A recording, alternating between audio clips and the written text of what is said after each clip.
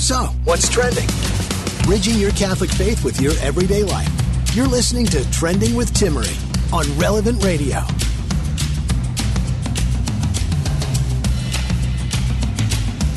Okay, so it's Advent. This means we can actually listen to Christmas music, right? Or are you one of those people who absolutely not know Christmas music until Christmas Day and on, 12 days of Christmas? Or are you one of those people that maybe it's a compromise? Maybe you play instrumental Christmas music during Advent with those good O Come Emmanuel. You'd be surprised how many of the Christmas carols, the traditional Christmas carols, are actually Advent songs.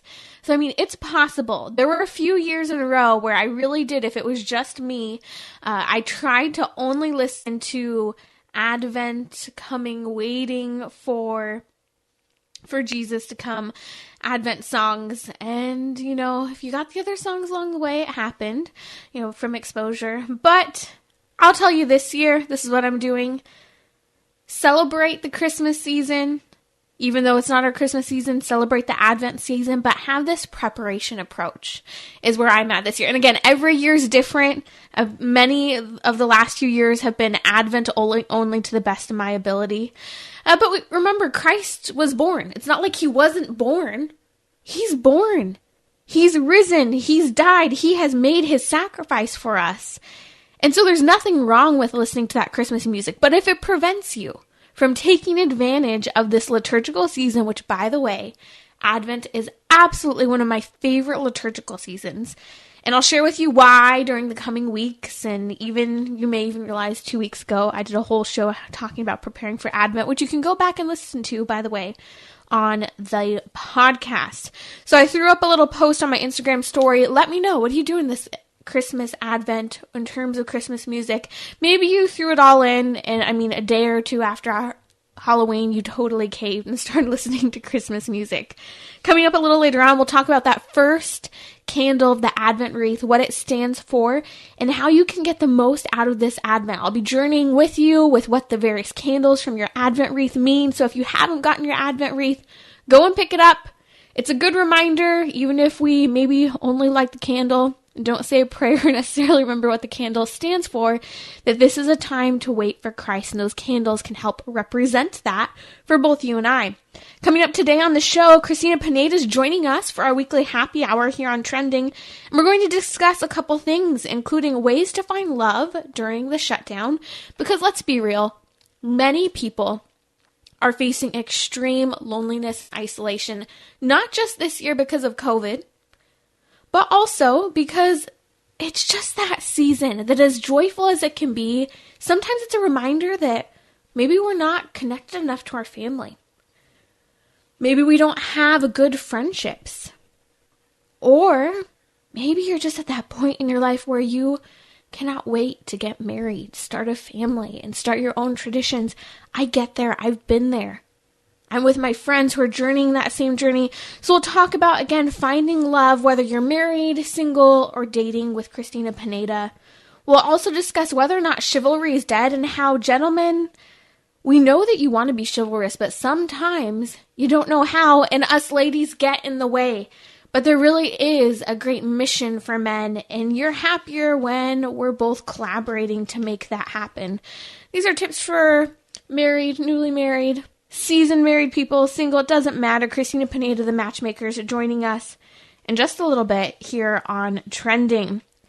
One of the biggest things that gets in the way of yours and my happiness is comparison. We so often sit there and determine some arbitrary set of rules, guidelines, achievements, and we say, this is what's going to make me happy. And I'm going to judge myself according to that guideline, and I'm also going to compare myself in comparison to everyone else. It's totally arbitrary. So the question is, does it make us happier? And how do we quit? Well, on the happiness question, the thing with regard to comparison is you're only happy if you're winning. And if you're not winning, well, then you're not happy. Again, I mentioned you've established your own rules or measurements for what makes you the, I don't know, would we say better person? Or in the better position? Or the happier person? Or even might I just say self-satisfied. We're only satisfied if we've compared and we hold up at a certain measurement in that comparison. Remember a couple of years ago leading up to Christmas, I had this friend, she had me cracking up because it was funny and it stood out to me today when I was talking about today's show. And she said, I really want to be the best girlfriend there is. And then a couple weeks later, she said, it's so important to me to give the best gifts possible at Christmas to each of my friends and family members. And it was so funny to me because I kept thinking at the time, oh, what determines the best? And we all have Christmas gift failures, let's be honest. There are those people who are just really, really difficult to shop for Christmas because either maybe they're not satisfied or maybe you just don't know what the heck to get for them. So again, this whole rule and measurement system we have for whether or not we're happier based on comparison, it's so arbitrary. And it's all in our own eyes. But at the same time, it leaves us sitting here looking around and saying, well, I'm not that. And we could either be disappointed that we're not that, or we could do this. We could say, well, at least I'm not X, Y, and Z. So then that makes us feel better because at least I'm not doing this, or at least I'm not in this circumstance, or at least I'm not here in this day, in this particular situation. So ultimately, no, we're not happier if we're living our lives on the level of comparison. Because A, it's subjective. We're determining the rules, and the rules are constantly changing because realistically, it's relativism. Everything's arbitrary. I define my reality of happiness, and that could change now, or it could change tomorrow, or it could even change tonight, and I might find myself with a tub of ice cream because that's what makes me happy, as I'm miserable about something else. So the other part of that is it's also not making us happier because it means that we're dependent on others for our perceived sense of value. Means that we are looking to other people to help us determine whether or not we are okay. Now, there's nothing wrong, to a certain extent, to saying, hey, look at where this other person's at in their life and admiring where they're at. And maybe setting a goal for yourself. Saying, these are things I'd like to do in my life. These are qualities and virtues I'd like to have. But it is a problem when we become dependent on our sense of value based on where another person is. So how do we quit this comparison game? Well, you're listening to Trending with Timmery, and this is key. Because we have to work on our character, and ultimately, it's about developing virtue. We're going to talk about the virtue of hope a little later today during the show. But how do you quit? I have a 3 kind of layer approach to quitting this comparison game. And let's be honest, none of us are beyond this comparison game. None of us. Doesn't matter what stage in life we're in, we all struggle with this. So the first thing is we have to find our value or understand that our value is independent of other people. And might I add things because some of us can get wrapped into our things. Ultimately, our value, that is with God. And that's unbreakable and unchangeable. So that leads me to my second point of how to quit this comparison game. Your happiness is based on union with God, and He transforms all those relationships with other people that you tend to compare yourself on the level of. Instead, He transforms them. He strengthens them. Or maybe He helps to make clear that this is maybe a disordered attachment or comparison game or friendship that you have. And so ultimately, it comes back to, in this second level, if our happiness is based on union with God and He transforms our relationships with others. Well, this is where it's great to be Catholic, because we get wrapped into this comparison game and feeling unhappy and lousy about ourselves, or even in that point where we're saying, well, at least I'm not doing X. This is where confession helps, because sin really does suck. Sin leaves us on that level where we're going, maybe, it's not really that big of a deal that I'm here. And we kind of continue to sit with that dirt on us, and then we compare ourselves to the dirt on other people. Confession helps us to be grounded and reunited to God, to have the right perspective in mind. This is why we're going to talk about Advent a little more later on today in the show, about how we need to keep our eyes on the prize. That is being united with God, with heaven, and why hope is so important in this first week of Advent. And finally, I give this exercise over and over again. You hear me mention it on the show. How do we overcome comparison? How do we overcome resentment in our lives? Well, that third tip I had for you is take your rosary out, and on each bead, the crucifix as well, say something you're grateful for. Because when we look at what we're grateful for in our lives, that's when we start to see, hey, I'm doing okay. Hey, I'm grateful for the people, the things, the blessings I have all around me. And you'd be surprised. There are a lot of things that you're grateful for that you probably didn't even realize. You're listening to Trending with Timmery. My guest today is the matchmaker, Cristina Pineda from Matchmakers in the City. And we're diving during this happiness hour into ways to find love during the shutdown, whether you're single, married, or dating.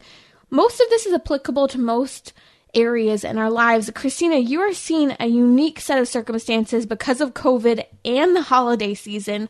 What's happening in the matchmaking world right now? Yes. Hi, Timmery. So good to be back with you. And as you mentioned before, the holidays are typically hard for singles, even though it's so joyous with the birth of our Lord. But it's compounded in a pandemic, this loneliness that they might feel. And I've actually never seen so many of my date consulting members cry in our sessions because of things that their parents might be doing. And I don't know if you've heard of this, but some families are making their children quarantine before going, if they want to go to the house for Christmas. And there's a lot of that going on right now. And our members feel paralyzed because they want to search for love. They don't want to slow things down. They're at a point in their life where it's every day counts. And they read these gloomy headlines and just all of these things that make it look, their lives look bleak of when will it stop? But there are a lot of things that you can do in this shutdown environment that we live in. And I want everyone to remember, the Lord says in the book of Genesis, it is not good for the man to be alone. So that desire that you feel for community, that desire that you feel for your family, as well as for a future husband or a future wife, is a good desire. That is something that you should celebrate because he calls us to be in community. And whether that's if you're discerning, or this is even applicable to people who are discerning religious life, because you might be upset because maybe there are more restrictions with that right now.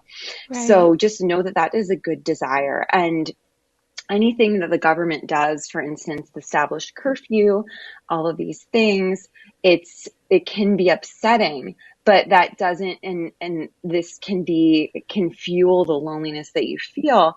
And I just don't want you to use that as an excuse for a regular relationship, contemplating a regular relationship. So for instance, if you're dating someone thinking that, you know what, let's just move in together. We're at each other's apartments all the time anyway. We can't go anywhere.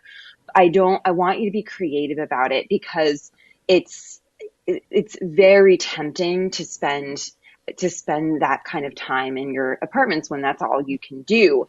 But try to, and the restaurants may be closed again, but that doesn't mean you have to stop dating or spend the night over the person you're dating, your house, if you're not married, obviously. This is right, Cristina. This is a great time, I think, to be creative. Whether you're dating, you're married, that loneliness is so deep. And, as we're talking about this during our happiness hour, it's people who are in all stages of life. And, if we find ourselves in isolation from other people, it can be a breeding ground, for those irregular relationships where you're like, we'll just move in, or I'll just stay the night tonight.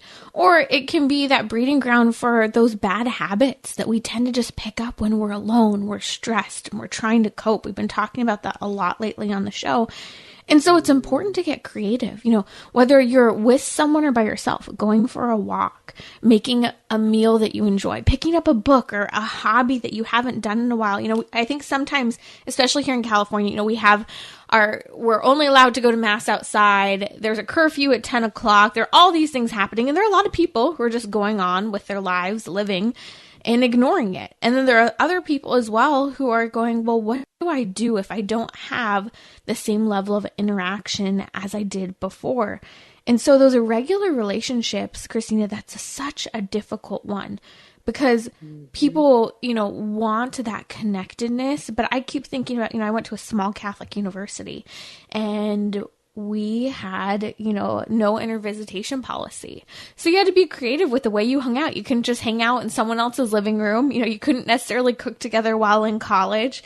There were rules in terms of our dorm rooms, but I'm grateful for it because it led you to be creative, more thoughtful, and think outside of the box in terms of what you did with your time. Mm-hmm. Oh, that's great. I wish more schools had that policy. It would cut down on a lot of sin. People still find a way around things. I'm just saying. I mean, people can be creative in that way too. True. That's true. But I think that's great. So one thing I wanted to recommend is I want people in relationships to just to be a little more compassionate with your single friends right now, especially this year, and helping your single friends can also help your marriage because it helps you remember how hard it was to be single and appreciate your spouse who is very easy to take for granted. So that's actually one of the benefits of being a matchmaker is I have a big heart for single people because I know how hard it is when I was single and I couldn't see on the other side. I knew the kind of man I wanted to be with, but the Lord hadn't shown him to me yet. And if now that I'm married now and I am helping people, it constantly is a reminder that, wow, I have an amazing husband. So married people in relationships, help your single friends at this point, and you'll find that your marriage will grow in holiness because of it. And then another idea is to give the gift this Christmas. Timmy was talking about gifts of an introduction to so if you're married or in a relationship, one of your single friends great single friends, or a date coaching session, a date consulting session with me or with one of our matchmakers or with another matchmaker. And just ideas for gifts. And Christina, you mentioned that, introducing one of your single friends or family members to someone else, it also might be a good time. I know people have done this where they throw parties and they invite all their single friends and, it's, hey, come around, come hang out. This is an opportunity to meet other people, but adopting and taking responsibility for other people where they're at, but also maybe these same exact people have family members who have said, don't visit this year because of COVID. We don't want you traveling. We don't feel you comfortable. I know you and I were talking about friends who we've invited around because of that. So this is so important, but I want to come to a really key tip. You, a couple years ago, right around the holidays, did a promotion of how to get a guy in 10 days. Can you give some of those tips? Yes, that was a fantastic event that we threw. And we actually had a few, and this was for women, but men can do this too. And we had a few women afterwards write to us saying they even had a date for New Year's Eve. So it was a fast turnaround. So some of these ideas, this is for singles. Schedule a photo shoot. And this is, okay, I've been saying that this is kind of like the 12 days of Christmas. So I want you during Advent to schedule out your 12 days of Christmas so that you do something good for your dating life all on each of those 12 days. One of them is schedule a photo shoot with a photographer to get great photos for your matchmaker and online dating profiles. So we have a great photographer who we work with, or you might have someone who you know, but make sure it's someone who does well and you really like their photos, because nothing's worse than getting the photos back and saying, oh, I was cheap with this and they're not really good photos. And then, or you could first, and some of our bachelors and bachelorettes have been telling me that they're doing this, but schedule a photo shoot with a friend where you take photos of each other with outfit changes and location changes. If you're a woman, do your hair and makeup. If you're a man, do your hair, get ready, look great. use those tips that we talked about in previous sessions with Timmery and me. And then you do know that the events are few and far between. So, and more people than ever using matchmakers or online dating. So photos are really important. So that's my first tip. Mm-hmm. The second one for singles is socially distance, outdoor picnic, hike, outing. This is something that you plan where you invite a few single friends and have each of your single friends bring a guy or a girl who they have friend zoned and are not interested in themselves. But this person is a great catch. And we all have people who we know that is true for. So this is a good one. Zoos are open. You have to, as Timmery said, we have to be creative. So look at what is actually open. Look at who is open to doing something, because not everyone will be open to doing something like this, but some people will, and you can just make sure you wear the masks and socially distance, however you want to orchestrate it. But it's a good way to meet new people, and you could find the right person like that. That's Cristina Pineda from Matchmakers in the city. You also have a promotion that you do, 12 Days of Christmas, and it's for married couples dating, but I'm going to generalize it for everyone. Ways to be connected with other people. What's the challenge for the 12 Days of Christmas, and how can we take advantage of that real quick? Yeah, that's connecting with other people during this time. And especially, this is, I guess I'd like to talk about the married couples right now, is I haven't really talked that much about how the shutdowns can be difficult for married people. And when you're spending so much time together, tensions are getting high, you're getting on each other's nerve. So this 12 Days of Christmas marriage challenge will be great for you. And so I want you to write a day-by-day plan to do one special thing for your dating life or relationship during those 12 days. And maybe it's for a roommate. Maybe you're not dating, maybe you're not married, but it could be for a roommate, a dear friend, to step outside of yourself during Christmas and really find something that you can do for another person for 12 days going into Christmas. We'll be right back here on Trending with Timmery during our happy hour to talk about whether chivalry's dead and to dive more into Advent. How many candles on an Advent wreath? 4. Hi, this is Father Rocky with another Advent inspiration. There are 4 candles on an Advent wreath, one for each Sunday in Advent. Usually 3 of the candles are purple and 1 is rose, and that's the one for the 3rd week of Advent, known as Gaudete Sunday, which is the Latin word that means rejoice. On the 3rd Sunday of Advent, the priest can wear rose-colored vestments at Mass. Growing up in my family, we placed the Advent wreath on the dining room table and would light the candles during dinner each evening. By the time we reached the 4th week of Advent and all 4 candles were glowing, we knew Christmas was almost here. The evergreen leaves that make up the wreath symbolize eternal life by sanctifying grace, and the light of the candles represents the light of Christ, who brings hope to all who approach him. On Christmas Day, a 5th candle, a large white one, can be placed in the center and burns brightly during the entire Christmas octave, and that's why we call it the Christ light. To hear this or any of Father's Advent inspirations, visit us on the app or relevantradio.com. The Relevant Radio studio line is sponsored by Catholic Order of Foresters. Information about employment opportunities and their flexible premium life insurance plans are available at relevantradio.com/forester. So, what's trending? Bridging your Catholic faith with your everyday life. You're listening to Trending with Timmery on Relevant Radio and the Relevant Radio app. You're joining us during our weekly happy hour, heard every week here on Monday, because who doesn't want to be happier? And there's so many things that we do that get in the way of our own happiness. I asked last week, what has made you happier during the quarantine? And your responses have been amazing. And there are totally things to work on here for Advent, but even just to implement into our regular routines. We'll be talking about that and Advent, what that first candle and the Advent wreath stands for. Now, my uncle recently died during COVID, and when we were celebrating his life and attending a very small scale funeral, that's all that was allowed. Unfortunately, we weren't allowed in a church, but other places allowed us. We were talking about how he was always a gentleman.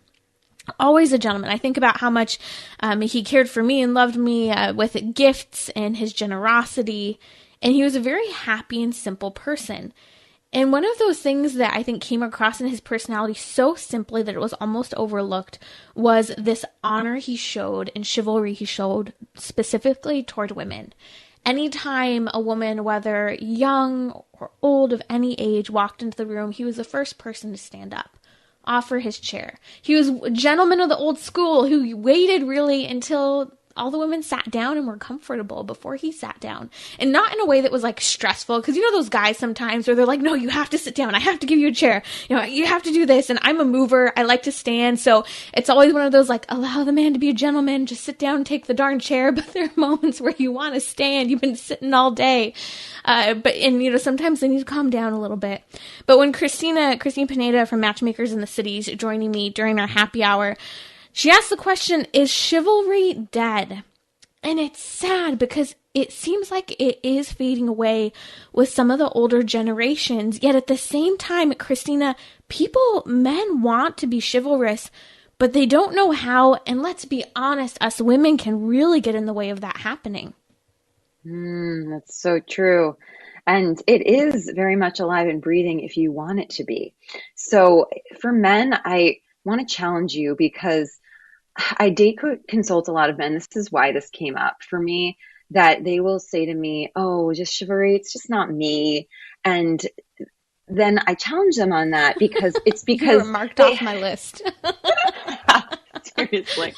Well, the thing is, they haven't been raised with it. And a lot of them grew up in the 70s, 60s, and 70s culture where it was anything goes, and people were really questioning a lot of these old school wonderful things that have very respectful things. So they weren't raised with it. And I think what you are talking about, Timmery, is that sometimes women will expect the chivalry, but they don't support it. So the men are also scared to be perceived as chauvinistic or showy and then being made fun of by their female friends for doing it all of a sudden if they've never done it in their lives. But if you are on the marriage path, if you want to be with the woman of your dreams, this is so important for you to do. It is a game changer. We've had so many bachelors. We used to work with a chivalry expert. Now we just do it to our bachelors about it ourselves and talk to women about it too. But I remember especially one bachelor in the beginning of when we started our company say to me, Cristina, that session was a game changer for me. So if you open your mind, if you open your heart to that, it will change your life. And now about women, what Timmery was saying, that some of us will use it as a deal breaker. And I'm guilty of that too. But it's not appropriate for our times, ladies, to use this barometer as a deal breaker unless the man, if you tried it, for instance, I'm going to give you an example. Okay, so you want the door held open for you. Men always hold open every single door and anticipate her needs. So if you're walking, you see a door, go in front of her and open it. If she, for instance, though, if you don't do that, for the woman, if there's a door in front of you and he's not opening it, just stand there, wait, be patient, and then say, if he's not getting the hint by that point, say to him, oh, I just love it when men open the door for me in a very kind and nice way. Then you will see his reaction. Most guys who are normal, good I'll single men. I'll put a carpet out for you, honey. Let me roll that carpet now. They'll say, sure, and they'll open the door for you. Some men will say, really, and will give you attitude. And then that is a deal breaker at that point because that guy is nasty. And keep that in mind. It might not be, maybe it's, you want to give him a few more tries, but I don't know. That's pretty red flag in my book. But don't let it be a deal breaker because men are nervous about these things. And I will say 99% of women want chivalry. And it's the 1% of women who don't, who give it a bad rap. They're the loud ones. And they are the ones who are saying, I can do it all by myself. And most women, we know that we don't want to do it all on our own, even if we technically could. We want that respect. We want to be treated like a princess, even if you don't use that word princess. You want that just common courtesy and respect that men like a knightly chivalry, a knightly man who will do these simple and small things that will really go a long way. You know, Christine, it's so funny as we're talking about this because the door is always what ends up coming up when we talk about chivalry and those simple ways to show that respect toward the women in your life. And I say this of all ages. Sometimes I'm shocked when a guy doesn't see it like an older man or woman walking toward the door and walk and open the door for the person. You know, speed up a little bit. I mean, I'm not a dude, but I recognize if there's someone older who's walking and they're going to be approaching the door, help them out. They're not always the most balanced. I think my producer Karen's pointing at herself as if we should be opening the door for her. You don't get that yet, Karen. She's saying she does that for other people. She's like, yeah, that's what you're supposed to do. Right. But, you know, I have a couple door stories that I'm thinking of. And I mean, all of these are like gone wrong, gone well. One I'm thinking of last year, I was with a big group of people and I think we were like walking up into a big building, and I've kind of just gotten into that habit because so many men do want to be chivalrous, but they don't know what to do, of respectfully lingering a little bit and giving the dude an opportunity to figure out that he's supposed to open the door or a chance to, because normally I'm one of those people who like walks at the front, goes marching right in, opens the door, like I know where I'm going. I'm not going to wait for people who are slow in a group. And one of my friends goes, "Are you serious, Timmery? You can't just open the stupid door." And like he makes a really big deal of like reaching around over me, grabbing the door, huffing and puffing. And I walked through and I was so mortified. And I thought, you know what? Thumbs down, dude. Like, you know, even if you thought and noticed that I was lingering back, which I did a little bit, but there were a bunch of other people that I was waiting for as well. It's just rude. But on the other end, I've seen women. I remember in college, there was this one girl, and if someone opened the door for her, she would go and grab the door, step back, and be like, "No, after you, I insist." And she'd insist on holding the door open for everyone who came through. And so I look at these examples, and it's so funny because it's something so simple that we can be polite about. But for some reason, like you said, those loud-mouthed people are the ones that can sometimes ruin it and make other people feel uncomfortable. That's very true. And if you, as a man, I want you to just stop thinking about the women who, and you know what, women, we're guilty of being very productive during the day, wanting everything to be efficient. Just if we can get one door open faster to get us through, like Timmery was saying, that's usually how she'll operate. But it goes both ways. Ladies, you want to give men the time to do what they need to do. And men just assume that women want chivalry because they usually do. And I have a few other tips that I'd love to dive into that for men, I want you to get in the habit of doing these things because chivalry is a way of life. And if you start practicing it, it will, like that bachelor said, it's not me, it will become you. So one thing, opening all doors, including car doors, we just talked about that. Have a blazer with you at all times. Offer it to her if you're on a date or something like that. And if she's seeming cold, because women, we have dresses and they're not always the warmest things. And then breath mints in pockets. It's so wonderful though to get that blazer. You feel so protected and cared for when such a simple act, but it feels so good as a lady to get that blazer. And then men, keep your breath mints in your pocket. We've talked about that before. An umbrella in your car. That's something that might be different for you because it doesn't really rain that much in LA, but sometimes it does, and you want to be prepared. And then you can go and get it for her if you're at a restaurant or you want to and make sure she doesn't get wet as she goes out of the restaurant. And then pay for the meal. No questions asked. Take the check immediately. Do not let it linger on the table. As soon as it comes, just swipe it off there and take your card, slam it on the table, or not slam it, but put it on the table. And that's that. She might say to you, she might do a fake reach and say, or maybe a real reach. "Oh, it's okay. I can help. Can I contribute?" That's not, she doesn't really mean it. So she might, but it doesn't matter. The guys are like, "Wait, what?" Don't take her for her word. That's the first cardinal rule of women. No, sometimes you have to. But when it comes to paying the bill, that's true. So this is the volleyball rule, it's called.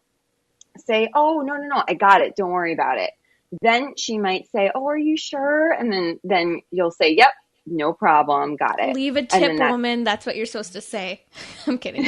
I'm kidding. But, Christina, as you're walking through some of these simple ways, to be courteous, to have common sense, it really brings me back to a man's mission of being a protector, a provider, and someone who makes sacrifices.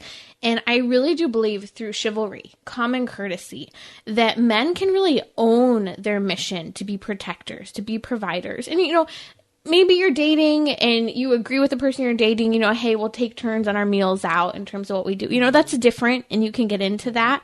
But you're really talking about helping men to come into their mission. And I think part of the difficult issue with chivalry and why I love that we're talking about it during our happy hour is that many men are looking for a mission. And part of it is a simplicity of making little sacrifices and being thoughtful toward other people. And when we throw chivalry out the door, we throw out the gentleman, we throw out the virtue, and we throw out the purpose of living for others, for men. And this is your way to be the knight in shining armor. And these small, simple things, it's like Saint Therese, a little way. This is how you do that. This is how you save the princess. There's all these video games and everything. It's all about saving the princess. This is how you're going to do it in these small, simple ways. And I say that the rule of thumb is if you ask, you pay.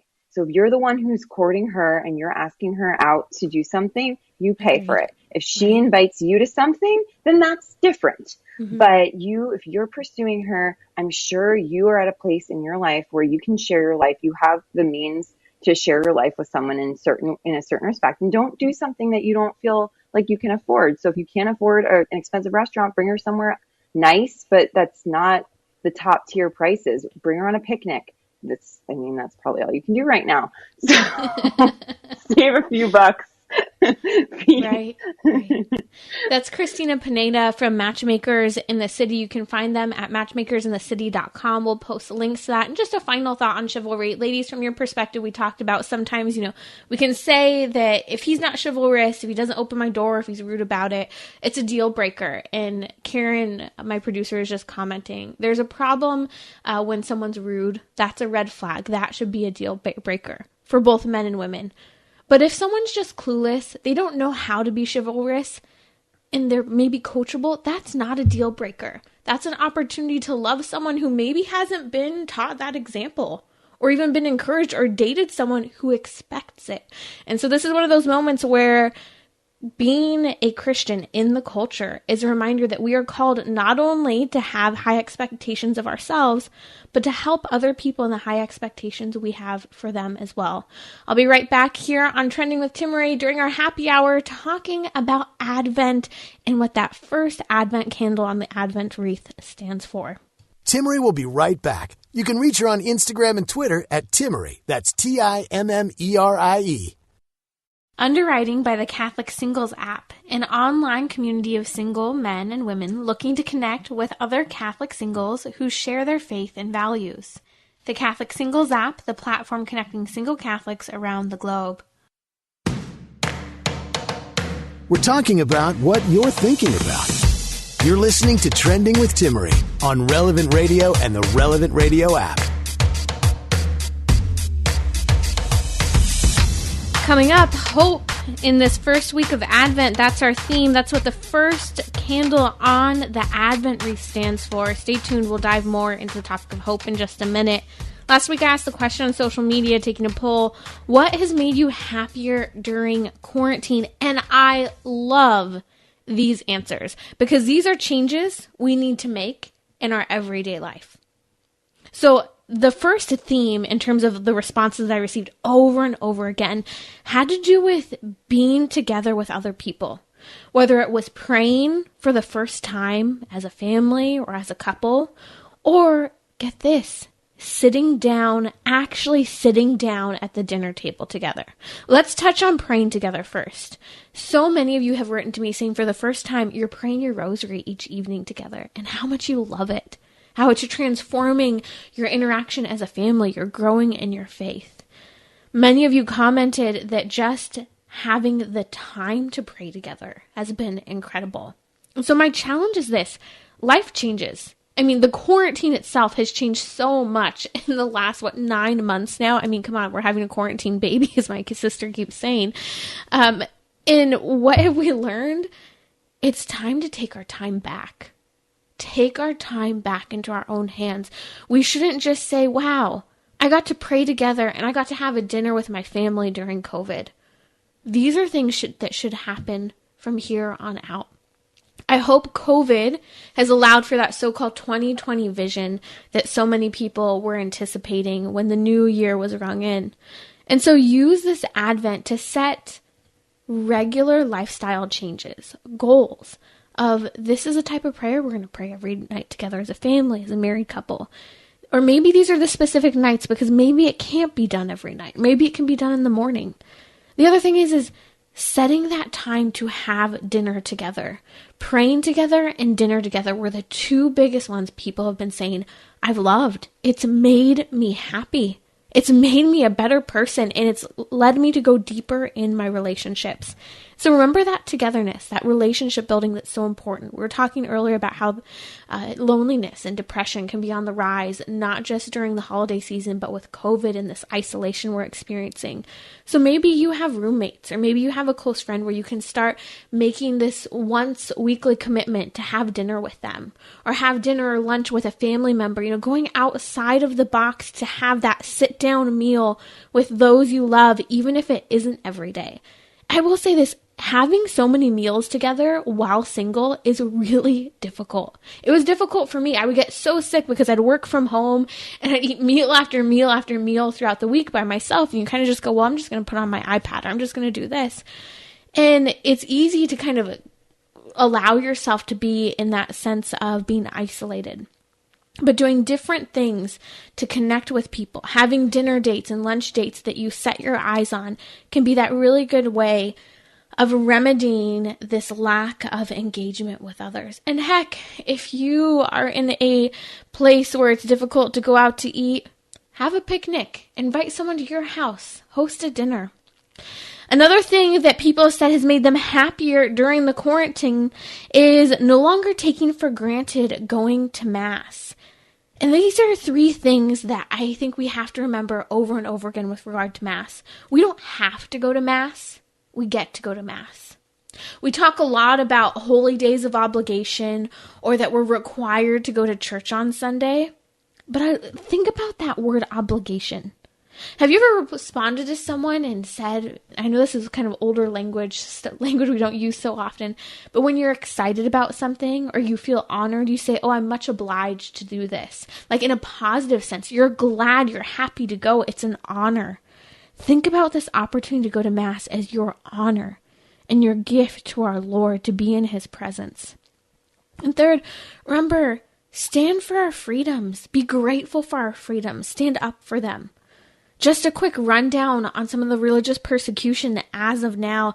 The Supreme Court of the United States during the week of Thanksgiving ruled that the New York sanction on masses was absolutely unacceptable and that church is essential and you cannot limit worship to 10 people. California, we're under another state of religious persecution where we're forced outside for, I believe, the 3rd week in a row again for our masses. It's unconstitutional. And as Archbishop Corleone of San Francisco said in the past week, he said, not only is it a constitutional right to go to church, freedom of religion, freedom to assemble, but it's also a natural right. It's a natural part and dimension of the human person. And in fact, in parts of Northern California, actually in San Francisco, up until September, San Francisco, you weren't even allowed to gather in a group of 12 people outdoors. And so they have seen some of the strictest COVID restrictions. And now Kentucky, the governor of Kentucky has said no Mass. You can only go to church online. Woo! But guess what? 4 dioceses in Kentucky have said no. They're continuing to celebrate Mass because the reality is there's been no link to church gatherings with all of the regulations churches have followed to the T and COVID cases. And so they have insisted on keeping their doors open, even in the face of the Kentucky governor persecuting specifically churches. Yet everyone got to go Black Friday shopping, most everywhere I know, even here in California, with how bad things so supposedly are. Just a couple other things to note that people have loved during this change in COVID. What's made you happy? Not having a commute to work. It's a reminder of family time, better lived time. But what happens if that commute comes back? I want to encourage you. If and when, if it hasn't already come back for you, when you're in that car, embrace silence. Use it as a time of contemplation and prayer. Your rosary, listening to religious talks. There's so many great podcasts and talks from priests.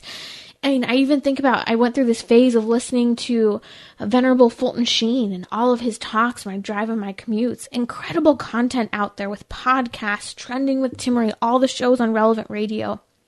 It's also, again, a good time to connect with other people. Make those phone calls. Get connected to your loved ones. Stay tuned as throughout the week I'll share more of those things that we can work on this Advent that have made us happier during the quarantine. But I want to spend some time today talking about Advent. What is Advent? It's that time of awaiting for Christ's coming at Christmas. Waiting with Mary. Putting ourselves in the shoes of the Jewish people who waited for the Messiah. Waiting even now for Christ's second coming to the earth. But also even waiting to be with him in heaven at our own judgment when we'll be united to God if we are found worthy. Now, this waiting period, one of the ways that we mark that in the Catholic Church is with that traditional Advent wreath and the 4 Advent candles. I can't tell you how often growing up we would, see this ceremony if you got to go to the Mass where they lit the candle for the Sunday Mass. And no one would talk about what the candles represented. They'd just be there. And it was a symbol, but we knew it meant Advent, but we didn't know what they meant. Well, that first purple candle of Advent, because we have 3 purple and 1 pink, stands for hope. And I want to talk about hope for just a minute here. If you don't know what the others stand for, I'll be breaking it down as the weeks and days go on. We have the first purple candle stands for hope, the second for peace, the third for joy, that Gaudete Sunday, and the 4th for love. Now, focusing in on hope, remember, hope is a virtue. And I think this is such an important virtue in today's day. We live in a culture where so many people are despairing. There's hopelessness. The mental health crisis has been incredibly challenging, but has only gotten worse with COVID. Perhaps a loved one of yours is suffering, or perhaps no longer here because of this hopelessness and despair. We also have a generation of young people who identify as, quote, nuns. That is those people who have absolutely no religious affiliation in their life. In fact, I was citing this study that came out from Pew Research a couple weeks ago that, in fact, 1/3 of millennials had absolutely no church exposure during their upbringing. What is this culture of nuns, despair, hopelessness, and mental health pointing to? It really is a cry for God. It's a cry for belief in one who loves them unconditionally. And it's a search for a forever home that we're all created for. You see, this is hope. To understand that our greatest longing ultimately is fulfilled in God. To understand that belief, faith, is one of the most fundamental things that we have, because faith points us to a God who created us and loves us unconditionally. In a culture with loneliness, despair, hopelessness, suicide, and mental health all on the rise, ultimately people are looking for that human connection. We talked a lot about relationship building, engaging with others today during our happy hour. We have to remember that the greatest relationship that we can foster and grow in is that love that God the Father has for us, understanding it and receiving it and responding. He truly loves us unconditionally, no matter what the broken relationships may be on this earth that we experience. They aren't even a fraction of the love God has for us. Even the greatest, most loving and generous relationship you may have barely even touches on the love that God the Father has for you. And He has created you for that forever home. I've worked a lot with people who have placed their children for adoption. I've had many friends who have been adopted. And I always think about this forever home that they have and how a forever home is so important to them, and how that forever home is fundamental for them understanding who they are. But ultimately, that forever home isn't in a placement with regard to where you are temporarily, who you room with, the circumstances you find yourself in now. That forever home is in heaven with God, who you're created to be with.